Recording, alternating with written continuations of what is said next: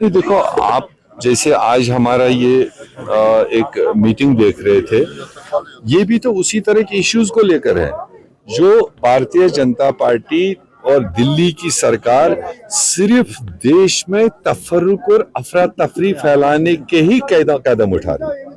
ابھی تک پورے 12 سال میں کوئی قدم ان کا ایسا نہیں دیکھا گیا جس میں اس بھارت دیش کو یونائٹ، اس میں الگ الگ کلچرز میں لوگ رہتے ہیں، الگ الگ بھاشاؤں میں لوگ رہتے ہیں، الگ الگ دھرم کے لوگ رہتے ہیں، کوئی بھی ایک سٹیپ بھی انہوں نے اس بھارت دیش کے اندر رہنے والے لوگوں کو اکٹھا ساتھ میں چلانے کا کوئی قدم نہیں اٹھایا۔ جو بھی قدم اٹھ رہے ہیں وہ کہیں نہ کہیں تناؤ سے بھرے ہوئے ہیں، کہیں نہ کہیں افراتفری پھیلانے کی بات ہے۔ اب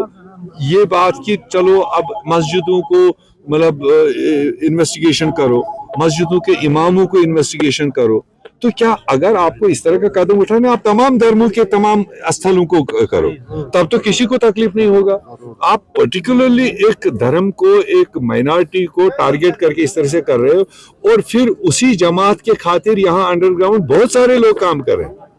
اور یہ ان کو جواب پوچھنا چاہیے تھا جو انہی کے ایجنٹس بن کر، انہی کے پیادے بن کر یہاں سماج میں گمراہ کرنے کی بات ہے۔ ہمیں ان سے کوئی زیادہ گلہ نہیں، ان کا ڈیزائن یہی ہے، ان کا سوچ یہی ہے، وہ تو یہی کریں گے، مگر افسوس ان لوگوں پر ہے جو ایمان سے مسلمان ہے اور پھر اس کے بعد ان کے اس ایجنڈے کو بڑھاوا دینے کے لیے یہاں پر تفرق پھیلا رہے۔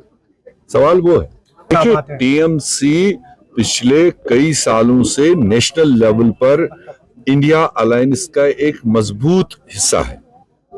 جو بھی نیشنل لیول کے ہمارے ایجنڈے اٹھے، جو بھی مودی سرکار کی ناقص پالیسیاں اٹھی، چاہے وہ وقف امینڈمنٹ کی بات آئی، چاہے منریگا کی بات آئی، چاہے اور جتنے بھی نیشنل ایشوز آئے، اس میں ٹی ایم سی اور کانگریس نے کافی تال میل کے ساتھ میں پارلیمنٹ کے اندر اور پارلیمنٹ کے باہر کام کیا ہے۔ اب جہاں تک اسٹیٹوں کا سوال ہے، اسٹیٹوں میں جو بڑی پارٹیاں ہیں، ہم نیشنل لیول پر تصور کی جاتی ہے ہم بڑی پارٹی ہے، تو ہم جب نیشنل چناؤ ہوتا ہے ہم تمام ریجنل اور چھوٹی چھوٹی پارٹیوں کو اکاموڈیٹ کر کے چلا لیتے ہیں،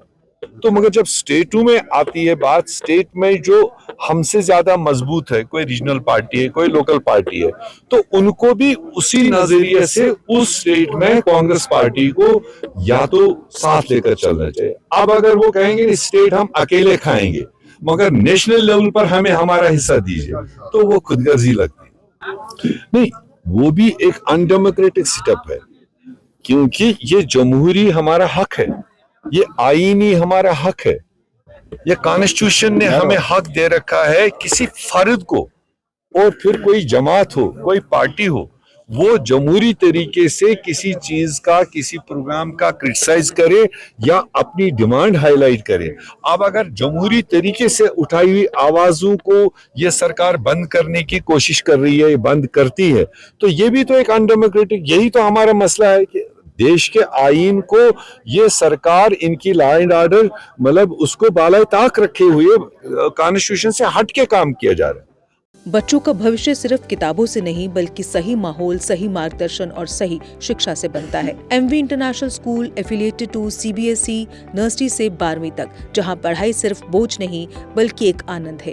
پریپ اسکول کی وشیش پہچان انگلش فونکس آدھارت شکشا، بچوں کے لیے آکرشک کڈز ٹوائے روم، لرننگ کے ساتھ فن امیوزمنٹ پارک فیسلٹی، جوش پورن اور پریرک گتیودھیوں پر آدھارت ککشائیں، کوالٹی ایجوکیشن کا بھروسہ، 18 سے ادھک ایجوکیشن ایکسیلنس ایوارڈز، انوبھوی شکشک اور آدھونک شکشا پرنالی، safe and reliable transport, 47 school بسیں، سرکشت پک اینڈ ڈراپ سویدھا۔ یہاں ہر بچہ سیکھتا ہے سوچنا، سمجھنا اور آگے بڑھنا۔ Admission open nursery to class 12۔ آج ہی اپنے بچے کا سنہری بھوشیہ سرکشت کریں ایم وی انٹرنیشنل اسکول کے ساتھ۔ ایم وی انٹرنیشنل اسکول، جہاں شکشا بناتی ہے کل کے لیڈرز۔